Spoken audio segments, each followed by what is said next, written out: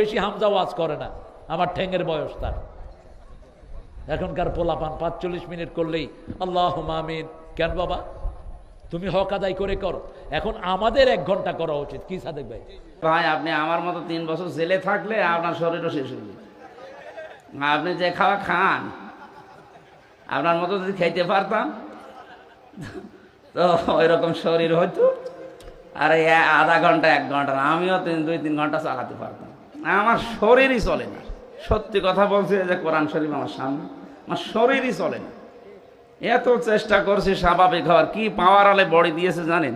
প্রতিদিন ২,০০০-২,৫০০ পাওয়ারের বড়ি খাওয়া লাগছে। কারণ ভেতরে তো ৩ বছর কোনো চিকিৎসা পাইনি। আমি মরে গেলেও ওরা ডাক্তারের কাছে নিয়ে যেত না। কত রকমের রোগ আমার এই শরীরে বাসা বেঁধেছে।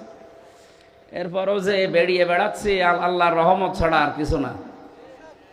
কিন্তু আপনাদের মানা লাগবে, রাত ৯টার ভেতরে প্রধান বক্তা তুলে দেবেন, অন্তত আমারই। যারা সারা রাত ব্যাপী করে তাদেরকে নিয়ে আসেন, আমার কোনো দরকার নেই। শেষে ছাতা দেখা যাচ্ছে মরি গেলাম। আমার তো বেঁচে থাকা লাগবে নাকি? আয়াত তো দারাজ করবে, আপনি তাহলে সারা রাত জেগে থাকেন না। আপনাদেরকে আমি এই মিডিয়া যাচ্ছে তো সারা দেশে বলছি, যারা মাহফিল নিয়েছেন এবং সামনে নেবেন না, এসার পরে সাইদি সাহেবের মতো তুলে দেওয়া লাগবে। বলে মানুষ আসে না, মানুষ আসবে না, মানুষের বাপ আসবে।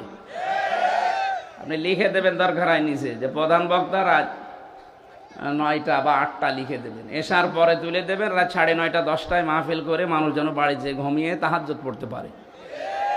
রাত ১১টা ১২টা ১টা পর্যন্ত চালায়। কি বলে ও নিজেও বোঝে না, যারা শোনে ওরাও বোঝে না। কেন এত কথা বলা লাগবে কোন কারণে? আপনি কি নবীজির চাইতে বড় বক্তা হয়ে গেছেন?